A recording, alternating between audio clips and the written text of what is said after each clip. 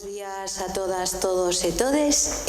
Quero que as primeiras verbas señan de agradecemento ao Consello da Cultura Galega, sobre todo a Presidenta, por este carácter que lle imprime a este Consello, donde o Zoom aparece na vida do Consello, non? De alguma maneira, xogando cunha metáfora, o Consello sempre foi unha orquesta sinfónica perfectamente estructurada e con unha partitura, pero ela chegou para convertirnos nun grupo de jazz, donde cada un de nós venga a dar e aportar o mellor que temos, non?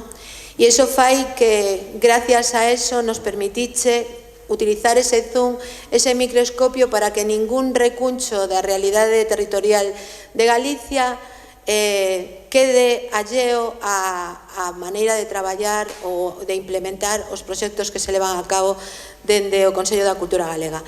Por suposto, agradecer ao grupo peculiar e que naceu naquel momento por iniciativa de Marcos, ao que se foi sumando e vamos cambiando, poñendo, pero sempre está aí ese grupo. Tamén quero falar de, como isto do mundo dos museos, e falar de memoria, non? Eu lembro cando empezamos ca teima de soster a vila, de sustentabilidade, con Alberto, os dereitos culturais, como algúns dos nosos compañeiros, estón te vendo, Marcos, nos miraba así, como xa están estos dous pesados, sempre co tema dos dereitos culturais, bueno, xogando co uso e abuso a mellor desas verbas. Pero sí que neste camiño, bueno, intentábamos cambiar formatos e queremos agradecer precisamente ao Consello que nos permitira este formato. Si queremos conseguir cambiar os resultados, o que está claro que falar de dereitos culturais nun país que lexisla para non cumprir, pois creo que deberíamos poñer a solución. Por que non se cumple, non? Cales son as problemáticas que hai e cal é a razón pola que non se están a cumprir. Por que non chega a cultura cando que detrás de cada persoa está a cultura viva? Todas as persoas. Quero agradecer especialmente a todas as persoas que nos acompañades, pero veredes que unha das cousas que me enche máis de ledicia é ver como os colectivos sociais, como neste caso tanto as asociacións de persoas con discapacidade como as asociacións de persoas migrantes, ocupades os espacios, quero dicir, ocupades, e isto foi creo que un gran logro destas propostas que fixemos, non? Tamén agradecer antes, bueno, falábamos son 4 encontros, cada un deles coordinado por un compañeiro, por unha compañeira, moitos espacios de sororidade, tamén de conflicto, de consenso. Gustaríame, antes falaba de que estes encontros de acceso á cultura se fixeron con unha finalidade e tratando de ter, por unha parte, xenerar espacios de debate compartido, e a min que me gusta que foi na primeira encontro da xornada de Boiro, porque tiven o prazer de participar nas 4, foi unha que falei do valor da palabra, porque tal vez é das herdanzas que recibín dende pequecha, non? Quero dicir, a mellor a miña familia non tiña medios, pero meu pai sempre me decía que o valor da palabra o tuvera sempre moi presente, aquela mão que se alza e aquela palabra que se di, e que tens que ser comprendida por aquela outra persoa a que lle estás tendendo a mão. Falar de debate, o debate é discusión e é controversia.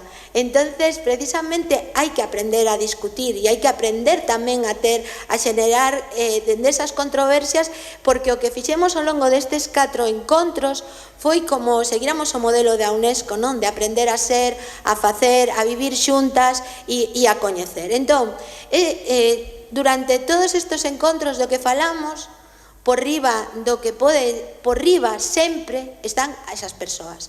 É dicir, no primeiro encontro participaron 38 persoas, no segundo 29 persoas, no terceiro 35 persoas e no cuarto 45 persoas. Logo, houbo o proceso a través dos cuestionarios, tal como dixo Marían, e os cuestionarios que de alguna maneira preparan chegada á última xornada, que era a mirada interseccional. Por qué? Porque nos decatamos de que mirar dende o minifundio, precisamente eso, non traballar dende a interseccionalidade, é o que se está aproveitando para deixarnos xa non só sin dereitos culturais, sin dereitos humanos. Eso de divide e vencerás. Bueno, frente a divide e vencerás, dende nós, neste caso, decía, dende a área de cultura, dende a rede, levamos tecendo redes, e quería que era importante falar, cando falamos de cifras, que representan esas cifras. Oxe, aquí hai 40 persoas, as está contando a miña compañeira Karina, que está facendo prácticas con nós, e me decía, bueno, pero algún entra e sale, digo, esos son os do cigarro. Pero estamos 40 persoas aquí, 40 persoas que ao longo de todo isto está con nomes e apelidos, persoas que participaron, iron en horizontalidade. Tratamos de no minuto 1 que representara o que é o noso país. Dende o modelo de participación que explicou Alberto con Natalia, do por que o noso territorio e as súas características, por que a comunicación, que está pasando coa comunicación, que controla a comunicación. Xa sabedes, tanto no modelo híbrido, tanto en online como en presencial, o que paga manda, non? Entón, quixemos facer esta presentación poñendo caras. Por que lle pedimos a Adela Vázquez, artista, que nos fixera relatorias? Cando me poño en contacto con ela, constantemente me don conta de a dificultade que temos de reinterpretar o que decimos. Cada un leva ao seu campo o que lle interesa entender. Entón, quería que ela, como alguén neutral, fixera das súas palabras debuxos e, como veredes en todo, o que prevalece por riba das palabras que dixemos e que debatimos, por riba desa recolleita eran esas caras que participan, que exixen que se cumplan os dereitos culturais en todo o noso territorio, independentemente de que vivamos nun territorio rural ou nunha cidade, de que señamos muller ou que queiramos ser, que fora o edadismo, fora, porque non é o mesmo ser muller lesbiana no rural que na cidade, non é o mesmo ser muller, nena, maior. Que pasa co nivel de envellecemento, donde o sistema de envellecemento nos vemos un nivel de sabiduría que non se está aproveitando, porque o territorio ten moito que contar ás persoas que habitan o territorio, que son o que confire esa identidade. Cada unha desas persoas deu o mellor de sí, Os anteriores encontros tiveron as conclusións e fixeron preguntas. No primeiro encontro, no modelo de participación, eu constantemente decía, non pedimoslle a todas as persoas nesas mesas non que había terceiro sector, sí que había políticas, participaron 2 concelleiras, hoxe unha nos acompaña, non que a de Boiro, pero tamén estuvo Silvia Cernadas, de Soutomayor, a concelleira de Soutomayor. Quero dicir que hai que poñer o foco. E tamén estuvo, no caso das nosas xornadas, participando na mesa en horizontalidade, Iria Castro, a deputada delegada da área de cultura da Deputación, que sí que está presente, porque os que están presentes e os que estuveron ausentes son os que lles importa un bledo os dereitos culturais. Son ese tipo de persoas que lexisla para non cumplir, que lle importa un bledo a cultura, que cree que a cultura é para os ricos e o folclore, como ben decían os compañeiros da mesa de comunicación, as compañeiras, é para os pobres. Nos reivindicamos que a cultura é para todas e para todos e que temos que ter esa mirada interseccional. Que é os palabros? Para algúns dos que estábamos preguntábamos, que é a interseccionalidade? Pois a interseccionalidade cando se cruzan, despois non o contará mellor Ángeles Camín, cando se cruzan varias desigualdades, porque todas nós nas nosas capas levamos e implementamos múltiples desigualdades. Hai unhos datos, eu quixen hoxe, máis alá destes datos que son a nivel de pantalla o mellor pouco lexibles, quixen materializar, reivindicar, xa sei que fixen un gasto en papel que non se debería e que non é aconsellable por temas de sustentabilidade, pero ben merece a ocasión. Igual que traemos os 4 informes das 4 palabreiras que con nomes e apelidos mediaron en 4 mesas, aí, no Pazo de Tor, nun dos 4 museos da rede museística, donde en horizontalidade estaban as asociacións, as profesionais, a parte política, que sí que estivo presente, como ben dixen antes, e a cidadanía. e a cidadanía. Dixen que quixen que hoxe os informes que esas 4 palabreiras tuverades acceso de maneira democrática, incluso o informe final, incluso tamén a propia relatoría gráfica total que fixo tamén Adela, para que tamén vos lo puiderades levar, porque entendede que os dereitos non son abstracción, son cousas concretas que interpelan as persoas, que van a máis alá do que son frases postas de para quedar ben. Son frases que nos teñen que chegar, que teñen que facer que además, dende cada un dos campos que nos toca traballar, nesta recolleita fomos conscientes do que era. Non entendemos, porque como podemos saber o que son os dereitos culturais se non chega a nós o que son, se non entendemos o que son, se hai unha barreira de comunicación? Como podemos sentirnos partícipes se cando o modelo de participación é como se ahora collo vos fago a pregunta de que queredes para comer e me decides que sodes veganas e vos don churrasco? Quero decir con isto que os modelos de participación son ficticios e moitas veces nos miramos no espello. Entón, precisamos profesionais con ética, con técnica, con formación continua, que para eso o Consello hai un compromiso tamén de esa formación.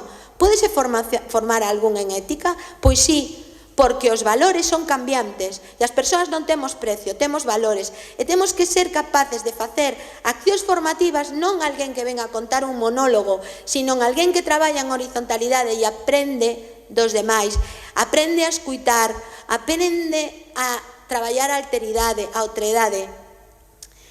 Bueno, foi sorprendente, fixemos o cuestionario, quero agradecer a todas as persoas que nos axudaron, quero agradecer á comunidade inmensa que nos apoiou esas 362 respostas.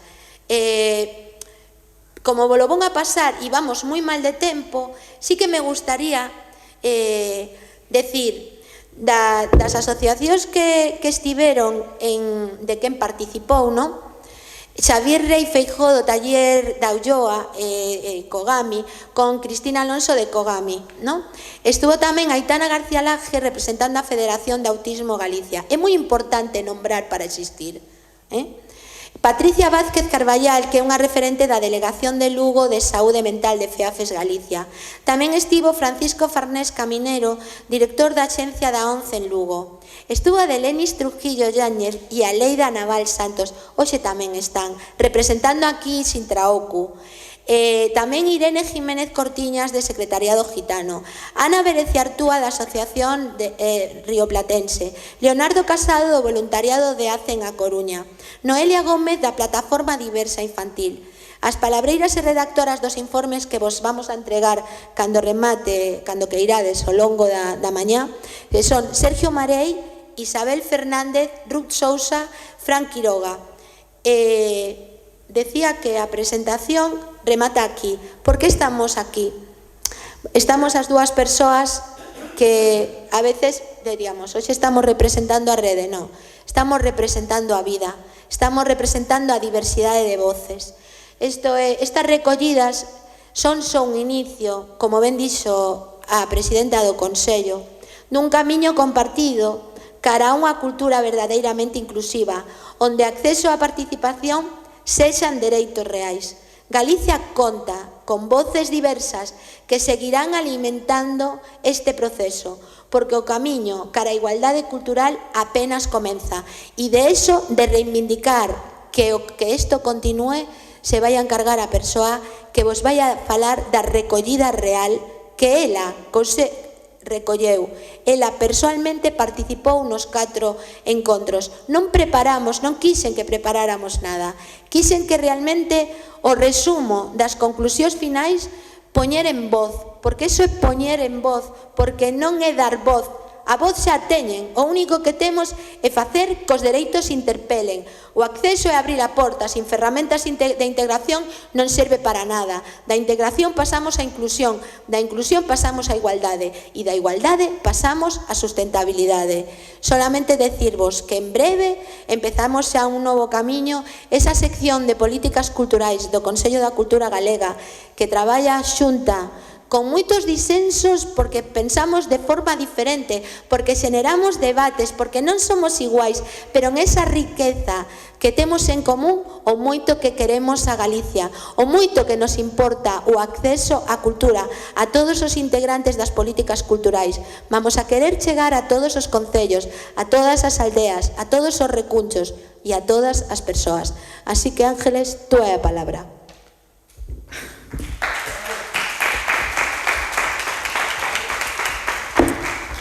Eu tivera preferido facer de telonera, claro, pero bueno, toco que toca. Sí, un poquinho, vale. Pois o que decía, que bueno, despois de falar a Encarna, pouco se pode decir, pero bueno, eu quería darlle as grazas ao Consello da Cultura Galega porque me permitiu participar nas 4 anteriores xornadas e, bueno, xa me parece un abuso estar aquí, pero bueno, o síndrome de expostura que decían antes, vamos, eu por duplicado, por triplicado, por pentuplicado.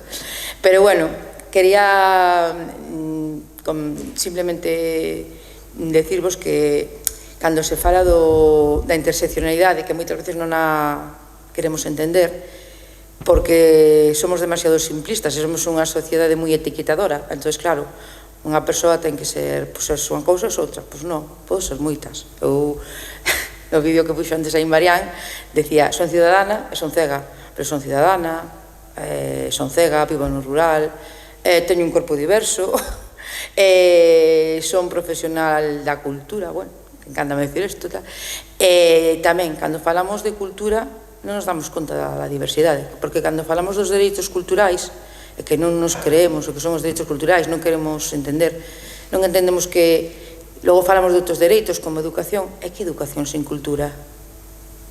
Logo falamos de outros dereitos como os dereitos sociais, que son os dereitos sociais sen cultura? Logo falamos de outros dereitos como o dereito a identidade, e que é unha identidade sen cultura? Entón, bueno, pois eso, que reflexionemos sobre que a diversidade está aí, todos somos diversos, que o dereito á cultura é fundamental, que a ver si por fin algún día logramos que o que se legisla se cumpla, e que traendo aquí a colación o vídeo que puxo aí antes Marián, a ver si por fin sustituimos o prefixo e exclusión acaba sendo inclusión. Que moitas gracias a todos.